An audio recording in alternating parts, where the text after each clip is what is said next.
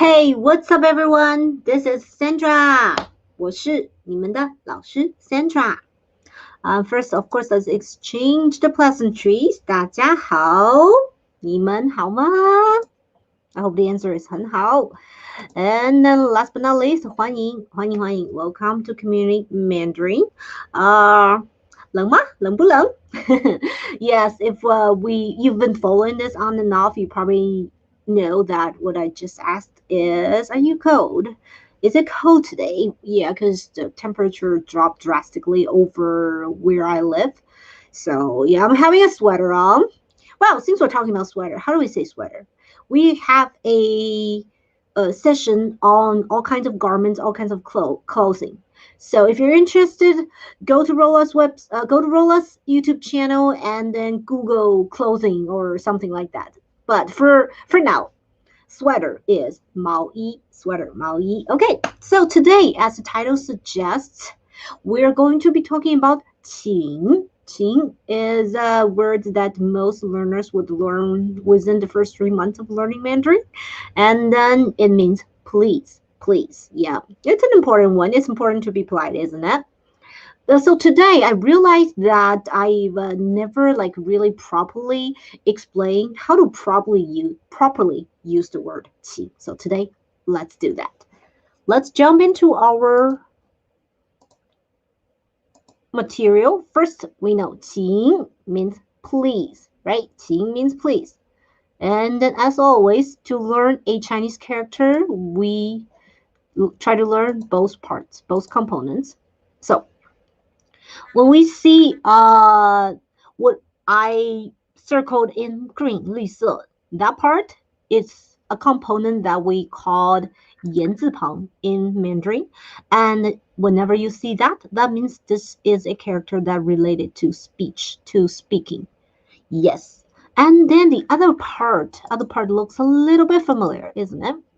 The other part is pronounced as 清, 清. Sounds very similar to 请. And then it is a color.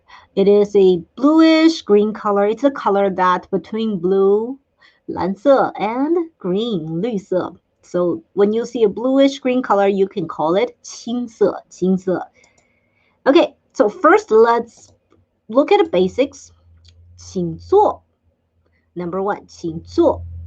请跟我读 if you like to. Number 2, 第二个请问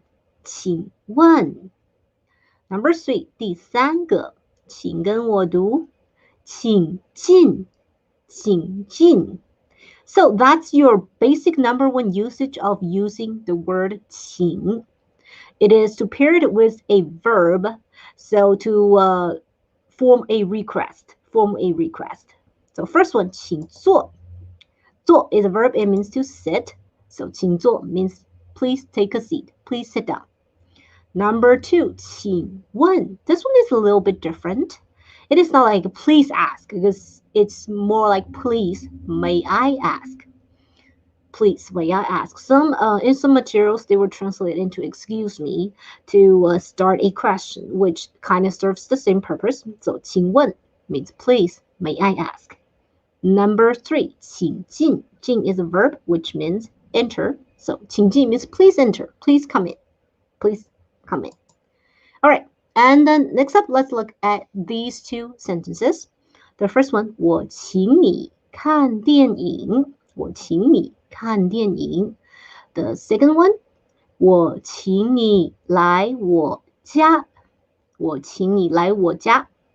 Both sentences shouldn't contain any new words if you've been following along. So first one, 我请你看电影. Do you guys still remember what is 看电影? 看电影 means to watch a movie. So what is 我请你? I ask you. I invite you. Yes, 请 can be used as a verb as well.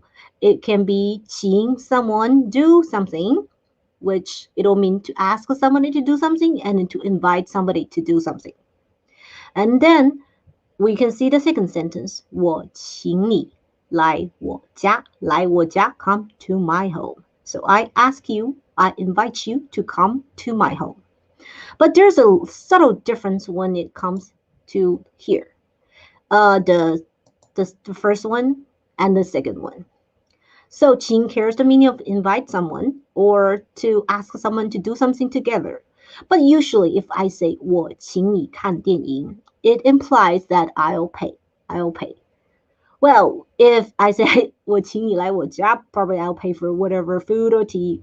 But this invite, which, sorry, I just found a typo. The first translation somehow goes into in Thai. I'm sorry, it's invite. Okay, so 我请你来我家, I invite you to come to my home.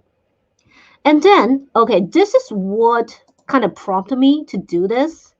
Because the other day, my husband, who is learning Mandarin like on and off, half-heartedly, he was trying to teach our daughter to say, please, I want milk in Mandarin.